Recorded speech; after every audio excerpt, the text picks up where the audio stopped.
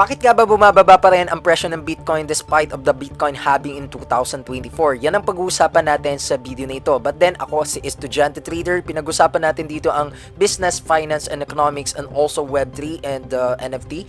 Mag-subscribe ka na, mag-follow ka na sa aking mga social media accounts dahil alam ko marami kang matututunan dito. Ayos ba yun? O pag-usapan na natin yan. So kung makikita natin since April hanggang ngayon ay bumababa pa rin yung Bitcoin. Kung makikita nga natin ang pinaka-lowest nyo na naabot as of this moment ay nasa 53,000 US dollars. Diba?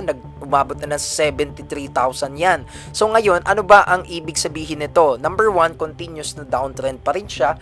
Bababa pa rin yung trend niya. Malakas pa rin ang selling pressure ng mga bearish. But also, ito po yung tinatawag natin na factor na CPI or Consumer's Price Index ng US. And CPI, it is a way of measuring the inflation rate sa isang bansa. Ngayon, ano po bang ibig sabihin nito?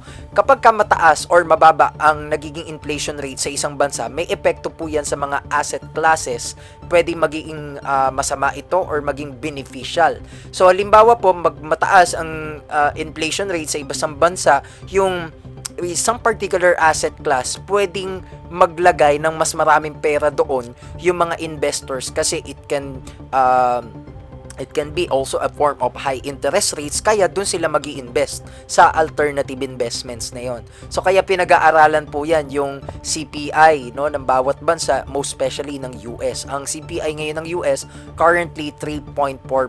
But titignan natin sa real estate, if I'm not mistaken, July 11, 2024 kung tataas o bababa yung CPI na yan. But nonetheless, may CPI o wala, kung makikita natin ang market sentiment ng cryptocurrency for today, it's heavily bearish or it's heavily negative that it forms continuously a downward trend, bearish momentum, bearish setup. Tama naman yun na ngayon, ano bang conclusion natin dito? Bibili ba tayo? Mag-hold ba or magsasell?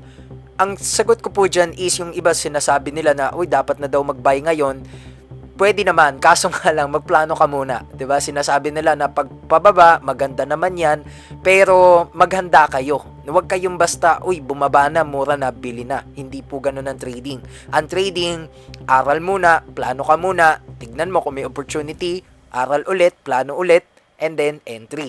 Para mas smooth, para mas planado at sigurado tayo dito. Alright? So, kaya yun lang, abangan nyo yung mga contents na gagawin pa natin about cryptocurrencies, Web3, and also about trading as well. So, I hope it helps. Estudyante Trader here. Follow for more contents like this.